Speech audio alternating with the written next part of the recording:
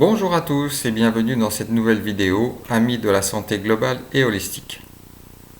Nous allons traiter aujourd'hui du coronavirus, mais avec bon sens, esprit critique, discernement et peut-être un peu plus. Je m'appelle Antoine Chevalier et je suis thérapeute quantique depuis plus de 20 ans. Je vais donc vous proposer ma vision énergétique du moment. J'ai d'ailleurs préparé quelques notes pour étayer mon propos et ne rien oublier de ce qui me paraissait important de partager avec vous. Alors que nous nous installons dans notre 4e semaine d'isolement, il m'a semblé intéressant de faire un point sur la situation. Le contexte est inédit, relativement soudain et global. Chacun est fortement perturbé, même jusqu'au sommet de l'État. Lorsque nous vivons ce genre d'événements, il est crucial de ne pas sombrer dans les marécages émotionnels. Ceux-ci nous conduisent souvent à avoir des réactions de peur, de rejet, d'agressivité ou autres. Et elles sont peu propices à une bonne santé émotionnelle et donc à bien résister aux virus et aux infections. Alors, dans ce cas, il est important de revenir aux faits, de s'en tenir aux faits. Si tant est qu'ils soient vrais, justes, non tronqués ou falsifiés. De là, le bon sens, ce qui est raisonnable, permet à tout un chacun de pouvoir adopter un comportement en adéquation avec les circonstances. Et cela même sans aucune connaissance médicale, scientifique, et en dehors de toute passion. Ce manque de bon sens au sens aller dans la bonne direction, donc ce manque de bon sens a en effet même touché certains professionnels de santé qui, faute de consignes, protocoles, assistance pharmacologique, semblaient aussi désœuvrés que leurs patients. Or, la santé est l'affaire de tous. Qui connaît mieux son corps, normalement, son mode de fonctionnement, que celui qui habite ce corps? Qui connaît mieux sa santé, ou qui connaît mieux sa maladie, que celui qui la vit au quotidien? Ce bon sens est en chacun d'entre nous. Ensuite, l'esprit critique, lui, est plus difficile à mettre en œuvre. Il nécessite de savoir s'interroger sur la valeur des choses et leurs améliorations possibles. La valeur du confinement, par exemple. Être dans cette recherche d'optimisation et d'efficacité. Le discernement, enfin, est la faculté d'apprécier sainement les choses. Est-il sain que ceci se fasse comme cela? Qu'est-ce qui est juste et vrai?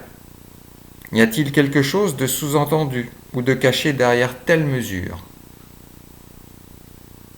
Et justement dans cette période tout à fait particulière de notre existence, il me paraît fondamental d'avoir et d'utiliser ces 3 notions.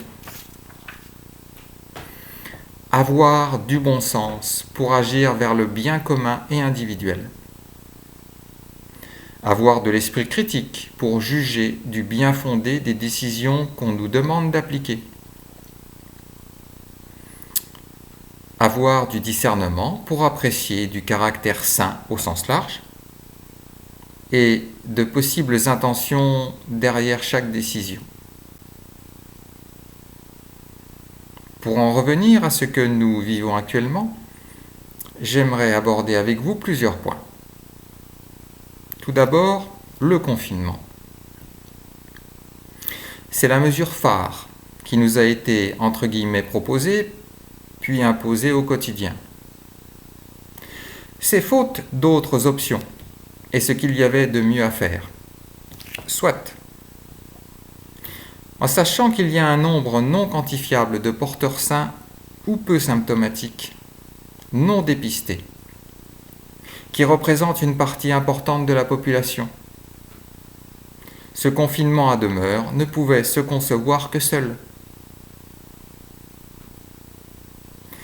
Car au sein d'une même famille, confinée au même endroit, et faute de dépistage, nul ne peut savoir qui est sain, non affecté ou pas. Ce confinement a peut-être favorisé la diffusion entre membres proches de la maladie. Ce qui est le plus important, rappelons-le, ce n'est pas de ne pas sortir, c'est de ne pas être à proximité ou en contact avec le virus. De plus, le port du masque fut une option largement critiquée au début. Faute de stock, elle semble aujourd'hui s'imposer dans les faits. Et ce, pendant au moins 14 jours de confinement chez soi, si nous sommes en groupe. Enfin, le port des gants et l'utilisation de gel hydroalcoolique ont complété ces mesures. Là aussi, bon sens et esprit critique sont intéressants. Ce n'est pas parce que je porte un masque et des gants que je peux tout faire et tout toucher. Exemple dans un supermarché avec une caissière peu aimable qui m'a confié « J'ai un masque et des gants. Si vous avez peur, restez chez vous. » alors qu'elle manipulait des documents de différentes personnes pouvant être contaminées. Sans se soucier des risques qu'elle faisait courir à ces personnes. Ou bien certains qui passent du gel hydroalcoolique sur leurs gants pour les désinfecter et de ce fait les rendent poreux. Gels qui sont d'ailleurs délétères à la protection de la peau des mains. Celle-ci, rappelons-le, est un organe barrière empêchant les infections, si elle est en bon état. Or, l'alcool dissout le film hydrolipidique protecteur et brûle les cellules de l'épiderme. Ce confinement a aussi été mis en place pour protéger la population à risque et surtout ne pas engorger les hôpitaux. Les premières populations touchées ont été les personnes d'un certain âge ou avec des maladies chroniques. Or, dans ces deux cas, ce sont souvent des grands consommateurs de médicaments. Rares sont les personnes de plus de 65 ans, sans traitements médicaux, variés. Le cas des malades chroniques est par définition lié à la prise de médicaments au long cours. De plus, d'autres personnes plus jeunes, ayant pris des antalgiques ou des antipyrétiques contre la fièvre, ont eu des complications sévères. D'un côté, on nous raconte que la maladie, dans la plupart des cas, se guérit toute seule, pour éviter d'utiliser le traitement du professeur Didier Raoult, ayant des effets secondaires potentiels méconnus. De l'autre, il y a une course au laboratoire pour obtenir un vaccin, un traitement. Celui-ci sera-t-il sans effet secondaire ? Je ne crois pas. Alors que penser d'un traitement à 12 €, hydrochloroquine et antibiotiques, face à la manne financière et à la renommée pour l'industrie pharmaceutique, qui va sans doute sauver l'humanité ? Mais toutes les personnes qui ont continué à travailler, elles se sont alors aussi retrouvées dans des populations à risque de contamination pour elles-mêmes et pour les autres. Celles-ci ont été oubliées pour que la vie économique du pays continue. Il me vient alors une question. L'utilisation seule d'un médicament, vaccin ou autre, est-elle la meilleure option ou la seule réponse à apporter ou à rechercher ? Car la prise de traitement avant et au début de la contamination n'a fait, semble-t-il, qu'aggraver les symptômes? Je n'ai pas ici la réponse. Maintenant, ce que je sais, c'est que les symptômes d'une maladie apparaissent là où nous sommes en état de faiblesse. La santé peut se considérer de manière globale ou holistique. Tout ce qui peut nuire à ma santé va donc affaiblir mon système immunitaire, système de protection. L'être humain, comme tout ce qui vit sur cette terre, est issu de la nature. L'air que nous respirons, l'eau que nous buvons, les aliments que nous mangeons. Chaque fois que nous faisons pénétrer en nous des substances non naturelles, produits chimiques, de synthèse, génétiquement modifiés, médicaments chimiques, etc., notre corps ne sait pas, énergétiquement et physiologiquement, les reconnaître, ni pleinement les assimiler. Le foie sera alors très sollicité pour neutraliser tous ces polluants non naturels. Exemple, la vitamine C naturelle sera beaucoup plus assimilée par le corps qu'une vitamine synthétique. On ne risque pas de surdosage avec un produit naturel non transformé. Tout ce qui éloigne l'homme de la nature, au sens général, l'affaiblit. La vie est faite d'une multitude de facettes. Ainsi, il n'y a jamais une réponse juste à une question. Jamais une vérité toute puissante, mais des vérités relatives qui ne s'opposent pas, mais qui se complètent. Dans la vision énergétique et quantique, une intelligence universelle organise tout dans l'univers. Comme tout est interrelié et juste, tout a une raison d'être. On peut tenter de comprendre ce qui se passe dans la maladie. Un désagrément survient un jour qui interfère avec notre quotidien. Appelons-le symptôme. Celui-ci va nous déranger. Donc nous allons chercher, par la prise d'un traitement, à le faire disparaître. Certes, cela peut fonctionner. Quand la marmite bout, on peut toujours mettre un couvercle dessus. Sans doute quelque temps après, un autre symptôme différent pourra apparaître. Sinon, nous pouvons essayer d'écouter ou de comprendre le message envoyé par notre corps. Par exemple, certaines personnes qui ont fait un infarctus disent que depuis, elles ont dû apprendre à lever le pied. Prenons encore le cas de la grippe. Comme elle est saisonnière, on a développé un vaccin.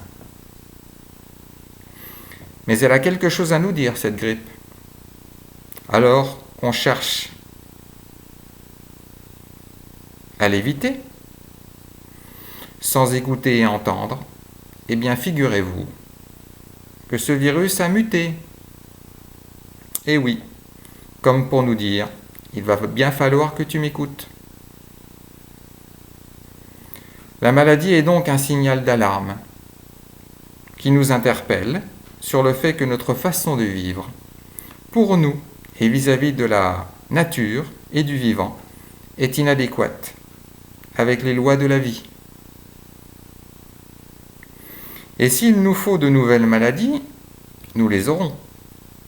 L'intelligence du vivant reliée à la force universelle qui gouverne l'univers y veilleront. Pour notre bien, celui de l'évolution de l'humanité, en nous et autour de nous. Alors que reste-t-il à faire? Revenir à ce qui fait, crée, favorise la vie sur Terre et en nous. Utilisez son bon sens, son esprit critique et son discernement, qui sont à la portée de tous. Écoutez son corps. En kinésiologie, on peut demander et ressentir si tel ou tel produit est bon, sain, pour nous ou pas.